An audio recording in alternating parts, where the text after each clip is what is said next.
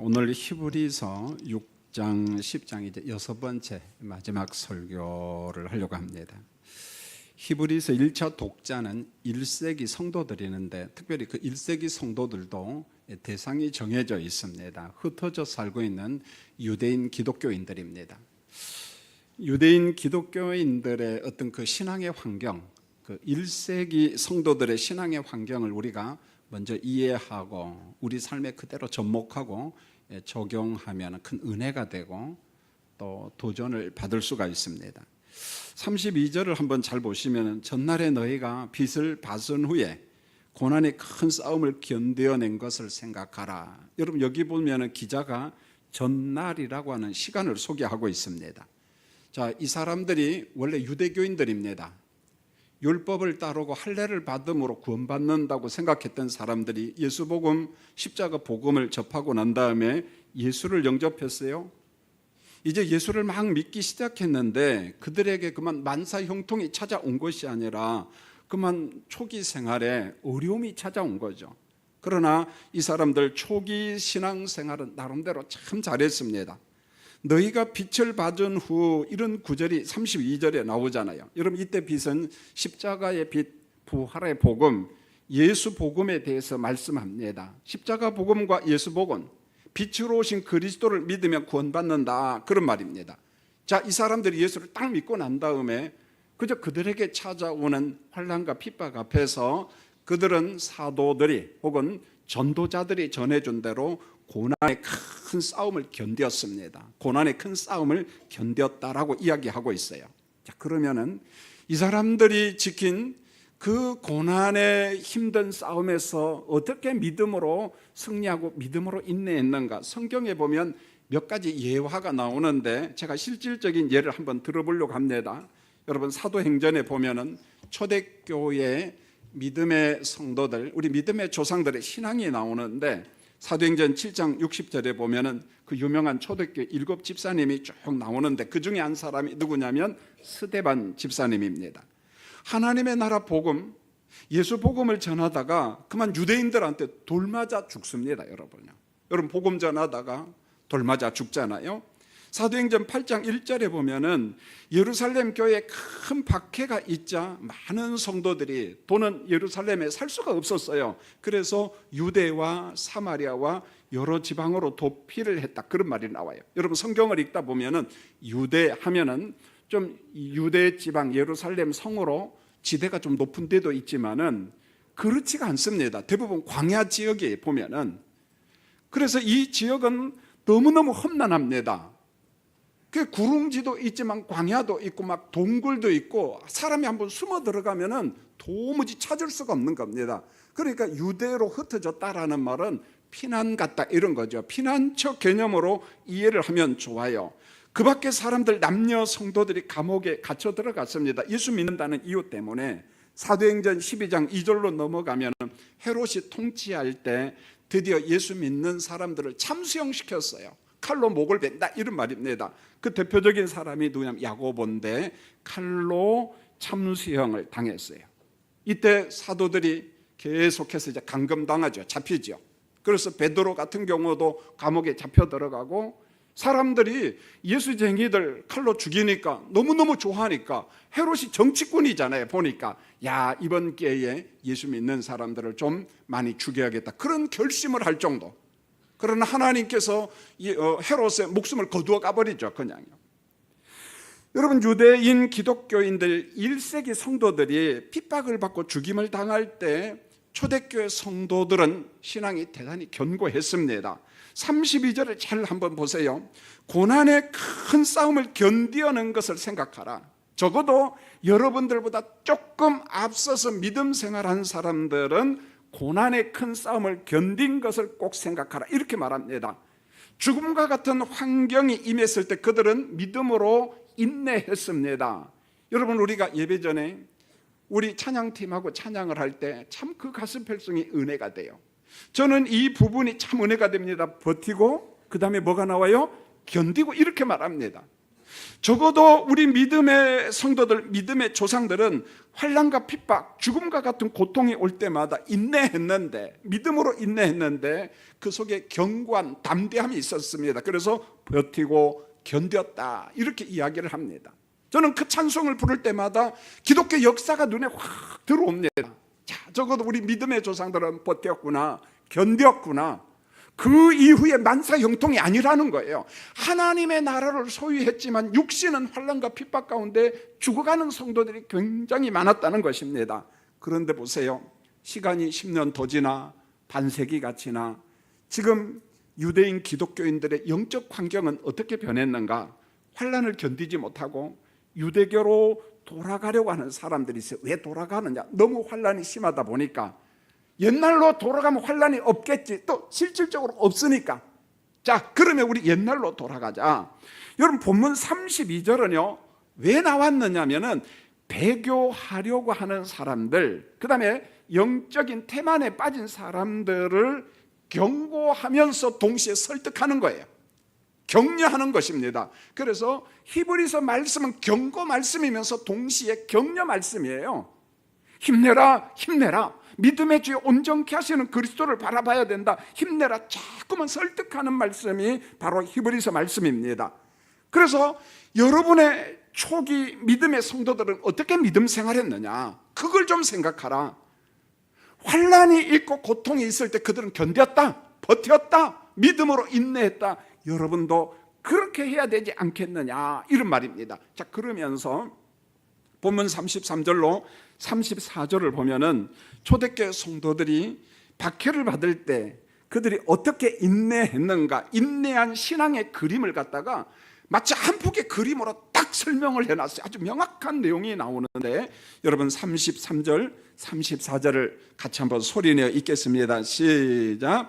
혹은 비방과 환난으로서 사람에게 구경거리가 되고 혹은 이런 형편에 있는 자들과 사귀는 자가 되었으니 너희가 갇힌 자들을 동정하고 너희 소유를 빼앗기는 것도 기쁘게 당한 것은 더 낫고 영구한 소유가 있는 줄 알미라. 여러분, 이 말씀에 보면은 초대교회 믿음의 성도들이 가진 네 가지 신앙의 형태, 환경이 나오는데, 첫 번째가 뭐냐? 혹은 비방과 환난으로서 사람들에게 뭐가 됐다고요? 구경거리가 됐다, 이렇게 말합니다. 예수 믿는다는 것 때문에 비방을 받았어요. 환난이 찾아왔어요. 사람들이 조롱합니다. 자, 같은 동족인데 사람들이 저 예수쟁이들 간다고 조롱했다는 거예요. 비방했다는 말입니다. 여러분, 똑같은 간증을 사도 바울이 합니다. 사도 바울이요, 복음을 전하다가 당한 순환을 간증하면서 고린도전서에서 몇 가지 이야기를 해요. 고린도전서 4장 9절을 보면은 사람들의 구경거리가 되었다, 그런 말입니다. 아시아와 유럽의 복음을 전하기 위해서 온갖 수고를 다했을 때 바울을 향하여 격려하고 박수 쳐주는 사람도 있었지만 많은 사람들이 비난하고 조롱했다는 거예요. 마음의 상처가 참 많이 된 거지요. 여러분, 고린도전서 4장 13절에 보면 정말 아픈 마음이 나오는데, 세상의 더러운 것과 만물의 찌꺼기 취급을 받았다, 이렇게 말했어요. 이게 무슨 말입니까? 내가 복음을 전할 때 종종 사람들로부터 냄새나는 걸레 취급을 받았다는 거예요. 여러분, 음식에 찌꺼기 취급을 받았다는 것입니다. 여러분, 음식에 찌꺼기 잘 알잖아요. 냄새가 납니다. 날파리가 날라와 벌레 알을 깝니다. 구더기가 있습니다. 그런데 바울이 뭐라고 이야기해요? 내가 하나님의 나라 선교, 목회, 복음을 위해서 희낙낙거리는 선교가 아니라 나는 더러운 걸레 취급을 받고 음식에 찌꺼기 취급을 받으면서 내가 죽음을 당하는, 죽음과 같은 고통을 겪으면서 내가 선교했나라, 복음을 전했나라, 그렇게 이야기합니다. 두 번째로, 혹은 이런 형편에 있는 자들과 사귀는 자가 되었으니, 이렇게 말합니다. 여러분, 이런 형편이 뭘까요? 극심한 환난과 박해를 받는 사람들. 극한 환난과 박해를 받는 성도가 우리 교회 안에 있어요. 우리 옆에 있습니다. 그러면은 초대교회는 고난받는 성도들을 모른 체 하지 않았다는 거예요. 나 몰라, 나 당신 몰라, 그렇게 말하지 아니하고 그들의 친구가 되었다, 이렇게 말하잖아요. 이런 형편에 있는 들과 사귀는 자가 되었다. 사귐은, 이 말은 친구가 되어 교제했다, 그런 말입니다. 그러면은 친구가 되어 교제했다는 말의 실질적인 뜻이 뭘까요? 그들에게 피난처를 제공했다, 그런 말입니다. 지금 우리에게 극심한 환란이 왔는데, 자, 어디에 가면 동굴이 있고 거기에 가면 도피한 우리 형제 자매가 있어. 그러니까 당신도 거기에 가서 좀 피난하라. 피난처를 제공했다는 거예요. 여러분, 피난처를 제공할 때 그것만 가지고 되나요? 일용할 양식도 공급해야죠. 먹거리도 공급해야죠. 세 번째로, 너희가 갇힌 자를 동정하고, 똑같은 말입니다. 감옥에 들어간 성도들을 동정했다는 것입니다. 마음을 써줬다는 거예요. 여러분, 생각해 보세요. 한 집안의 가장인 아버지가 예수 믿다가 감옥에 잡혀 들어갔어요. 그럼 어떤 일이 벌어집니까? 아내와 자식들의 생계가 문제가 생기는 거예요. 먹거리가 없어진다는 말입니다. 신앙의 가장이 감옥에 들어가면은 주변에 있는 공동체 성도들이, 지체들이 그 가정을 돌봐줬다는 거예요. 동정했다는 말입니다. 먹거리를 제공했다는 거예요. 그런데 여기 한 가지 문제가 뭐냐? 동정하는 것이 발견이 되면 그 사람도 감옥에 잡아갔습니다. 결국은 동정했다는 말은 죽을 각오했다는 거예요. 나도 감옥 갈 준비하고 옆에 있는 지체를 도와줬다, 그런 말입니다. 이게 교회의 아름다운 모습이었어요. 네 번째로, 너희 소유를 빼앗기는 것도 기쁘게 당한 것은 더 낫고 영구한 소유가 있는 줄 알미라, 그렇게 했어요. 여러분, 1세기 우리 믿음의 조상들은요, 십자가 복음, 부활의 복음을 접한 다음에, 예수 믿고 난 다음에 흩어져 사는 유대인 기독교인들은요, 집과 재산과 산업을 빼앗겼어요. 여러분, 한 가정이 산업을 일으킨다는 것은 몇십 년 동안 수고한 건데 그걸 어느 날 전부 다 뺏겨버린 겁니다. 자, 이와 같은 환난과 고통이 있을 때 어떻게 극복했느냐? 성경이 이렇게 말합니다. 너희 소유를 빼앗기는 것도 기쁘게 당한 것은 더 낫고 영구한 소유가, 하나님의 나라가 내 것임을 믿고 그들은 인내하고 믿음으로 견디고 믿음으로 버텼노라. 하나님의 나라를 소망하면서 오늘 성경이 그렇게 증언합니다. 여러분, 초대교회 환난을 받은 대표적인 사람이 스데반 집사인데, 여러분, 스데반 집사님의 순환 역사를 한 번 더 기억해 보세요. 사도행전 7장 55절로 56절에 보면은 돌을 맞고 돌무더기 속에 죽어가는 스데반 집사님의 모습이 나옵니다. 여러분, 이것은 우리가 낭만적으로 보면 안 돼요. 여러분, 사람이 돌 맞고 죽으면 몇 시간 걸릴까요? 제가 볼 때는 하루도 지나고 이틀도 아마 지날 것 같아요. 돌이 막 사방에서 날라옵니다. 머리를 때립니다. 온몸을 때립니다. 몸에서 피가 납니다. 그 통증은 얼마나 깊을까요, 여러분? 이렇게 돌 맞아 죽어가는 스데반 집사님, 성령이 그 안에 충만하여 하늘을 우러러 주목하여 하나님의 영광과 및 예수님께서 하나님 우편에 서신 것을 보고, 성경이 그렇게 말합니다. 하나님의 영광을 보고 하나님 우편에 서 계신 그리스도를 만노라, 이렇게 말합니다. 이게 무슨 말일까요? 돌 맞아 죽어가는 스데반, 통증 가운데 죽어가는 스데반, 인간 그대로 내버려두면 감당하지 못할 겁니다. 아마 예수 부인할 수도 있어요. 나 예수 모른다, 나 예수 모른다. 왜요? 인간은 죽음의 고통과 공포 앞에서 어쩔 줄 모르거든요. 그러면은 이와 같은 스데반 집사님을 누가 잡아주었느냐? 성경은 말합니다. 성령이 스데반의 의지를 잡아줘요. 감정을 잡아줍니다. 그리고 성령께서 스데반의 눈을 열어줍니다. 내가 예수님이 하나님 우편에 서신 것을 보노라, 이렇게 말합니다. 우편에 서 계신 그리스도를 보면서 그리스도께서 응원하는 거예요. 스데반아, 힘내라. 하나님의 나라를 보여주는 거예요. 성령께서 내적으로 충만히 역사하셔서 스데반 집사에게 일정의 성령의 기름 부으심, 그 고통을 감당하도록 성령께서 스데반 집사님을 붙잡아 준 겁니다. 여러분이 이제 히브리서 6번째 설교를 하면서 말미에 좀 더 그 환난과 핍박이 얼마나 힘들고 고통스러운 것인가를 좀 적용 차원에서 제가 역사 이야기를 좀 하려고 합니다. 저는 우리 교회 참 감사한데요, 기독교 유적지를 돌아볼 수 있는 기회를 주셨습니다. 여러분, 성경 신약과 구약의 유적지는 주로 어디냐면 이스라엘 땅에 있고 요르단 혹은 시리아, 이집트, 그리고 터키, 그 다음에 남유럽에 있습니다. 성경기억 유적지를 찾아가려면 이쪽으로 가면 되는 거예요, 보면은.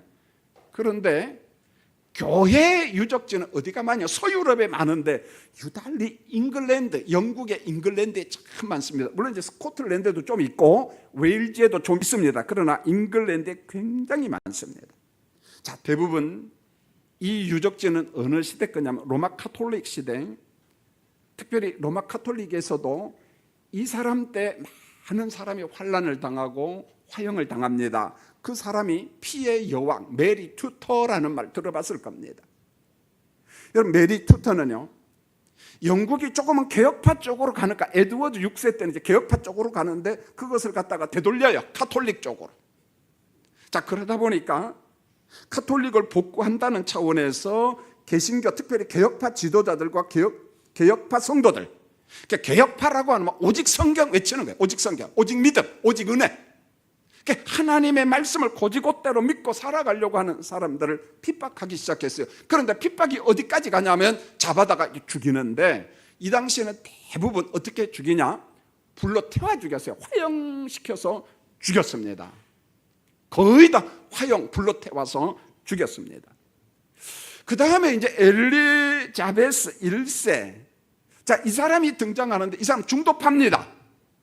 중도파라는 말은 지금의 영국 성공회를 조직화한 사람이죠, 보면. 근데 영국 성공회는 교리는 개혁파적이에요, 개신교죠. 그러나 예전은 여전히 천주교의 칼날을 가지고 있어요, 카톨릭의 칼날을. 그렇다고 해서 카톨릭과 가깝느냐? 그렇지 않아요. 카톨릭이 싫어서 만든 게 영국 국교회거든요. 성공회라 이 말입니다. 그런데 여기에는 아무래도 복음과 성경에서 조금 벗어난 부분이 많아요. 그러니까 청교도들 들어봤잖아요, 여러분요. 청교도들 거세게 반응하면 안 된다. 하나님의 말씀 중심으로 우리가 살아야 된다. 그러다 보니까 중도파를 걸어가는 엘리자베스도 개혁파 성도들을 많이 핍박했어요. 많이 핍박했습니다. 여러분, 영국에 가면 런던이 있고 남쪽으로 조금 내려가면은 브라이튼이라고 하는 휴양도시가 있습니다.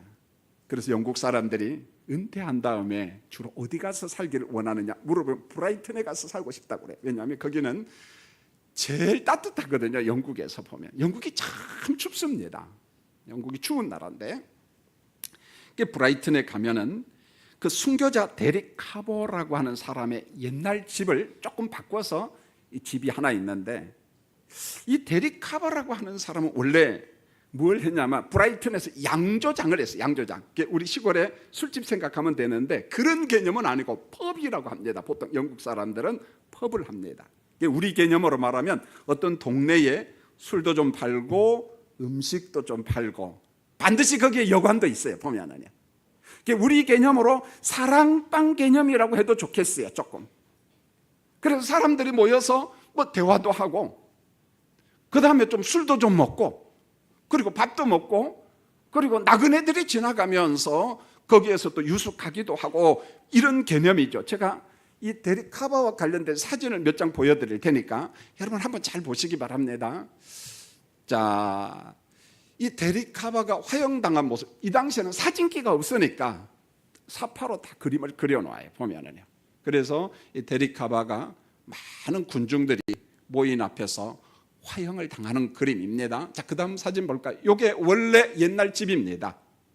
데릭 카바가 살았던 집이죠. 그 다음 사진 볼까요? 이걸 그대로 모형을 유지하고 현대 집을 지었어요. 저대로입니다, 보면은. 그래서 이 데릭 카바가 예수를 믿고 난 다음에 1층, 2층, 3층 다랑에서 예배를 드리고 성경 공부를 하고 기도 초소를 사람들에게 제공을 합니다. 여기가 데릭 카바의 순교터지요, 보면은. 그 다음 사진을 볼까요? 거기에 보면은 새로 건물을 짓고 명판을 하나 만들었는데 순교자 데릭 카바의 집이라고, 순교자 데릭 카바가 여기에서 살았다. 자, 이제 제가 보충 설명을 할 테니까 이제 저를 보면 됩니다. 자, 데릭 카바가 예수를 영접한 다음에 자기 집을 기도 초소, 말씀 공부하는 초소로 제공을 합니다. 그래서 사람들이 영국 런던에서 소문을 들어요. 자, 브라이튼에 가면 데릭 카바가 있는데 거기에는 믿음의 사람들이 모여서 기도도 하고 성경 공부를 한다. 여러분, 이 당시 전반적으로 영국은요, 카톨릭 분위기고 물론 청교도도 있고 장로교인들도 있습니다. 그러나 전반적인 분위기가 가톨릭으로 복구하는 그런 환경이기 때문에 개혁파 성도들이 믿음 생활한다는 게 정말 어려웠습니다.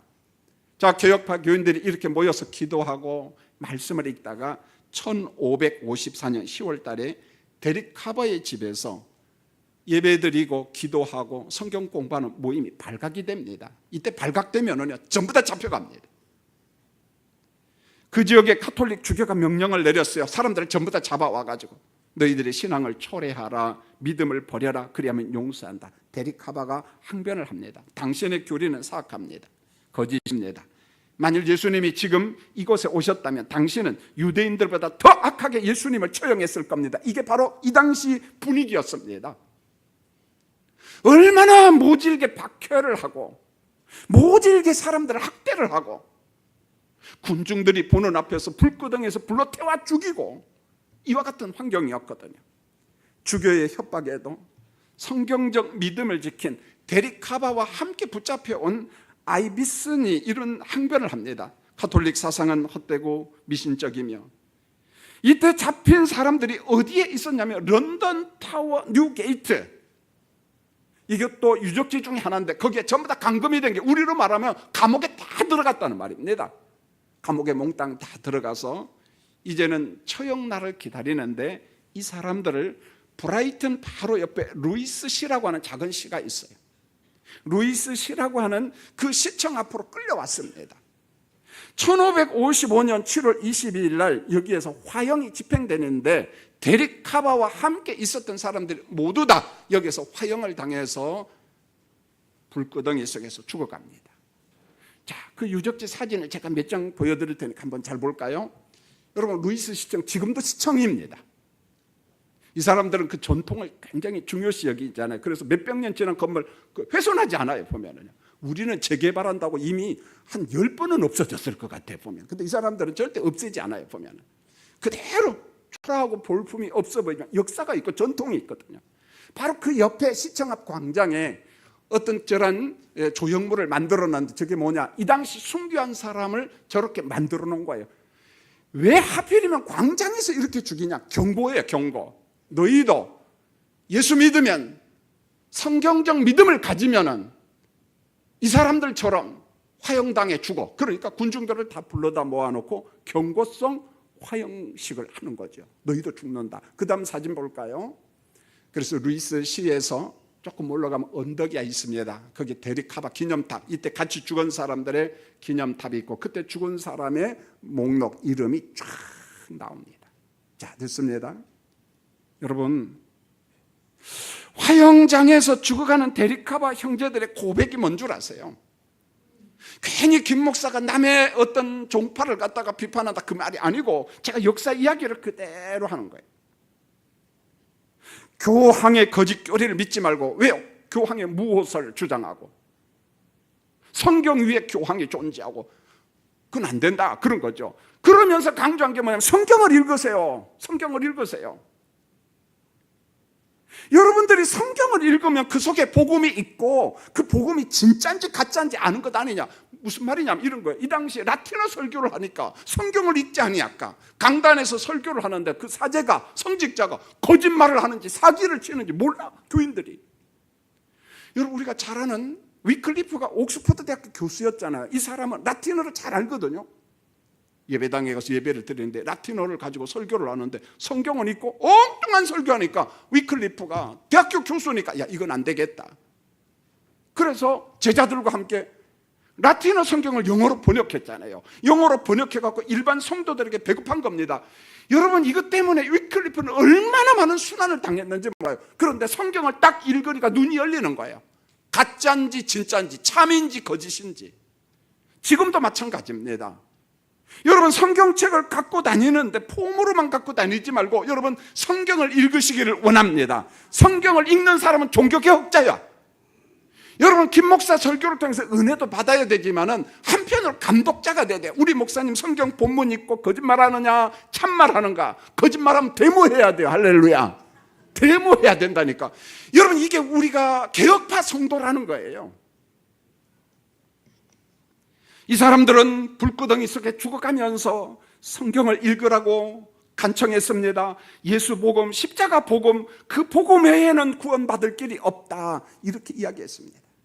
적어도 성경적 초대교회와 중세교회, 영국의 교회, 대한민국 교회는요, 어떤 역사인 줄 아세요? 핍박과 순교 역사 위에 주님의 교회를 세웠습니다. 이제 우리나라 이야기해 볼까요?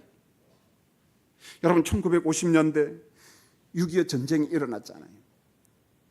소련과 그 앞에 앞잡이 노릇을 한 김일성이 남침해 왔습니다. 이건 역사입니다, 여러분요. 이 기간 동안에 예수 믿는 사람들과 많은 사람이 죽임을 당했습니다. 여러분, 6.25 때 우리나라에서 가장 많은 사람이 죽은 곳이 어디냐면 전라남도 영광군입니다. 여러분, 이 당시 6.25 때 영광군의 인구가 한 10만 명 정도 되었어요. 그런데 10만 명 중에 39,960명이 죽었습니다. 한 지역의 40%가 죽었다니까, 여러분. 여러분, 이 동네에서 기독교인들, 영광군에서 기독교인들이 유달리 많이 죽는데 왜 죽었는가? 인민군하고 빨치산 패장병들이 이 영광을 통해서 법성포나 염산 쪽으로 해가지고 북쪽으로 올라가도록 명령이 떨어진 거예요. 그러니까 지리산, 덕유산, 그 다음에 그 영암, 여수, 순천 이쪽에 있는 패잔병들이 전부 다 어디에 집결하냐면 영광으로 집결해서 북쪽으로 올라가기로 명령이 떨어졌기 때문에 사람들 그쪽으로 전부 다 몰리는데, 이때 그만 영광에서 영광 사람들이 무진장 죽고, 특별히 예수 믿는 사람들이 얼마나 많이 죽었는지 몰라요. 여러분, 혹시 여기에 전라남도 영광군 출신이 있다면요, 자부심을 가지시기 바랍니다. 그런데 동시에 신앙생활도 다른 군 사람보다 3배 더 잘해야 돼. 할렐루야. 영광군만.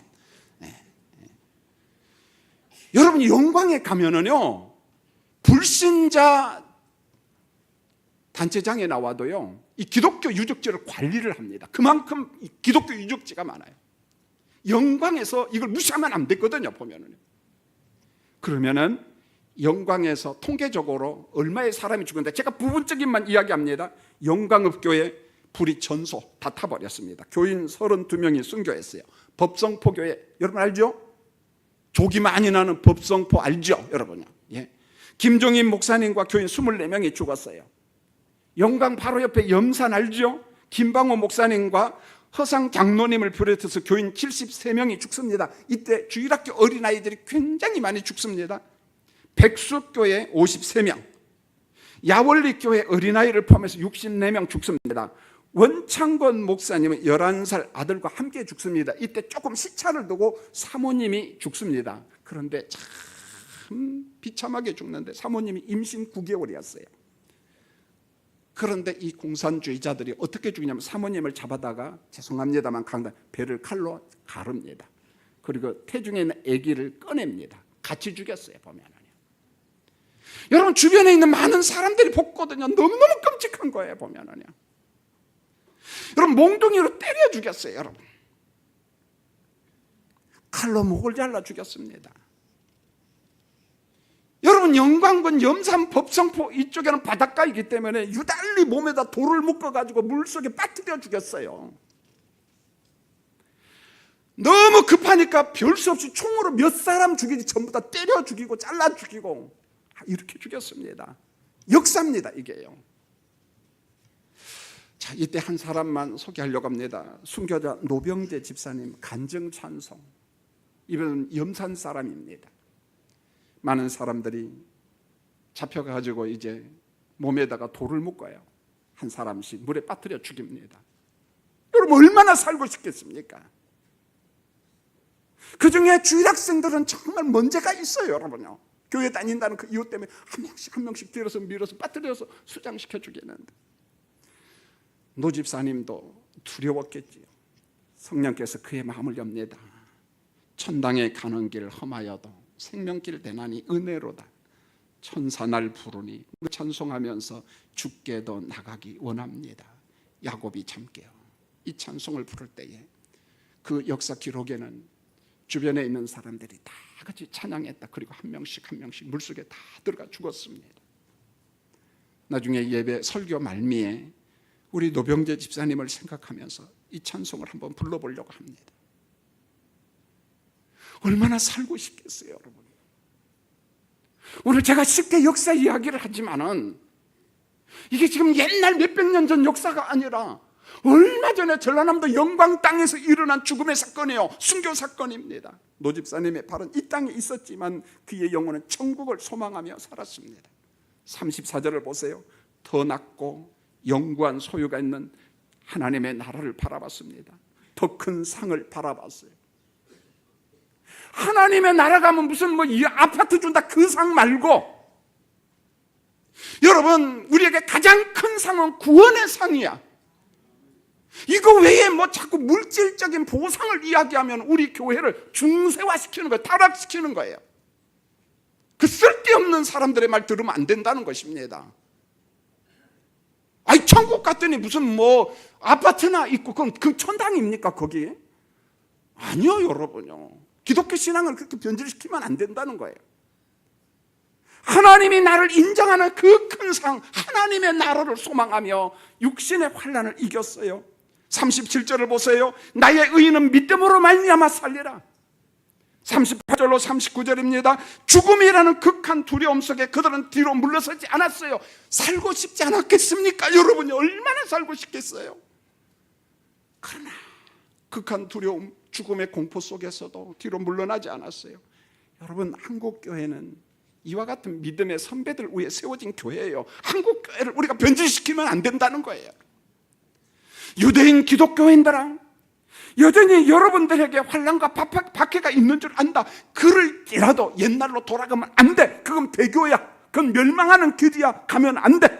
우리가 믿는 도리의 소망을 움직이지 말고 굳게 잡아라, 이렇게 말합니다. 믿음을 굳게 잡아라. 십자가의 주님을 잡아라.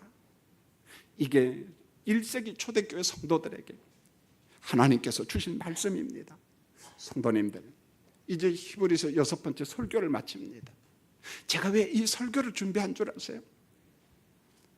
오랜 동안 강단에서 말씀을 선포하면서 많은 사람들이 왔다가 가고 또 새로운 교인들이 오고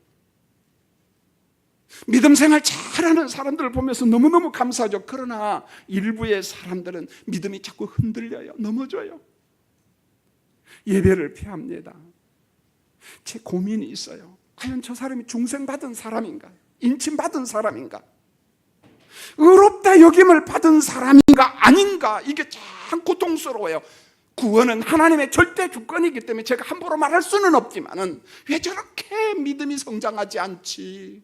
10년, 20년이 지나도 왜 그렇게 어린아이지? 여기 김 목사는 저들의 신앙을 성장시킬 수 없을까? 그런 갈등이 있어요. 그래서 히브리서 말씀을 전한 겁니다. 여전히 우리에게는 세속화의 파도, 풍랑, 물결이 몰려오고 있습니다. 세속화의 물결 속에서 영적인 나태함에 빠지면 안 된다는 거예요. 기도를 소홀히 해서는 안 된다. 예배를 소홀히 해서는 안 된다. 성령의 충만함과 성령의 기름 부으심을 사모하면서 우리의 영성이 시간이 흐를수록 장성한 영성, 투명한 유리알이 되어야 된다는 거예요. 물론 세속한 물결 속에서 힘든다는 거 인정합니다. 그럼에도 불구하고 히브리서 12장 2절에서 말한 것처럼 믿음의 주요 또 온전케 하시는 누구를 바라보자? 예수를 바라보자. 믿음의 주요 또 우리를 온전케 하는 주님만 좀 바라보자. 노병재 집사님처럼. 히브리서 11장 6절 믿음이 없이는 하나님을 기쁘시게 할 재주가 없다, 이렇게 말합니다. 믿음은 담대함이고 용기예요. 성령이 주시는 믿음으로 세속화 속에서 우리 신앙이 흔들리지 말고 믿음의 주요 온전케 하시는 그리스도를 바라보며 주님이 부르시는 그날까지 성도답게 살아가는 우리 교인들이 되기를 예수님의 이름으로 축원을 드립니다. 우리 다 같이 노병재 집사님이 부르면서 순교한 찬송가 338장, 우리 믿음의 선배인 노 집사님을 생각하면서 내 주를 가까이 하게 하면 우리 한번 힘찬 찬송을 한번 불러봤으면 합니다.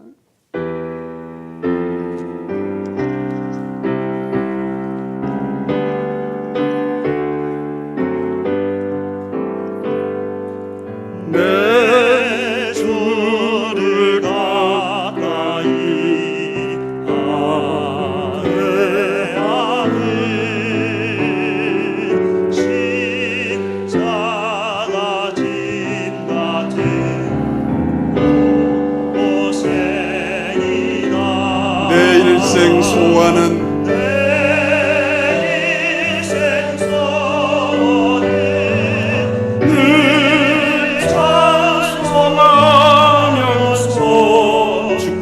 나가기 원합니다.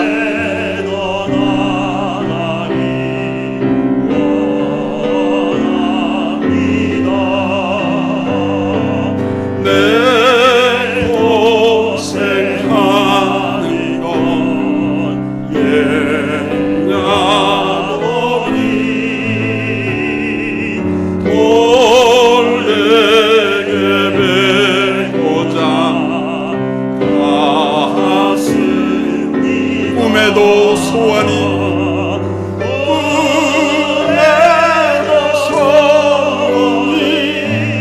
늘 찬송하면서 주께도 나가기 원합니다. 천성에 가는 길 험하여도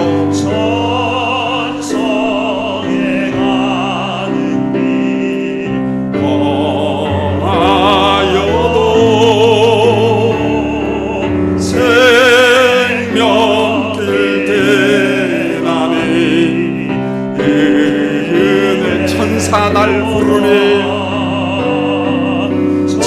천사 날 부르니 늘 찬송하면서 주께도 나가기 원합니다. 우리 손을 들고 한번 사절하지요. 야곱의 장태여 일어나는 돌단을 쌓은 것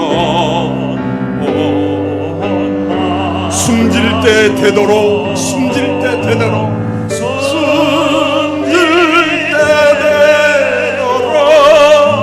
늘 찬송하면서 주께도 나가기 원합니다. 여러분 눈을 감아 주시기 바랍니다. 사랑하는 성도님들, 주님이 날 불러주신 연수가 얼마나 됩니까? 성령의 중생받음과 인침받은 부름받은 백성인데 어느 순간부터 우리 신앙이 점점 세속화되어지고 영성을 상실하고 소금과 빛으로 살지 못할 때가 참 많습니다. 여러분 초대교회 역사 말고 우리 한국교회 역사를 보세요. 노병재 집사님 일반 평신도에 있는데 물속에 들어가면서도 찬송하며 죽었어요. 우리 신앙이 이렇게 해서는 안 되잖아요. 하나님의 나라를 소명하면서 믿음의 뒤 온전케 하시는 그리스도를 바라보면서 내 가정을 기도하면서 지키는 기도의 부모님, 기도의 성도님, 영적인 파수꾼이 되어주셨으면 합니다. 이제 우리 기독교가 그만 욕먹어야죠. 이곳에 오신 성도님들, 옆에 있는 교회 비난을 중단하시고 우리 스스로가 경건한 주의 백성이 되었으면 합니다. 결단해 주시기 바랍니다. 기도하겠습니다. 하나님, 히브리서 설교를 6번 했습니다. 나도 모르는 사이에 우리 영성이 무디어지고 세속화되어졌다면 성령이여 다시금 십자가의 은혜, 성령의 불같은 능력을 부어 주시옵소서. 이 땅에서 그리스도인답게 살 수 있도록 우리의 영성을 회복시켜 주시옵소서. 예수님의 이름으로 기도합니다. 아멘.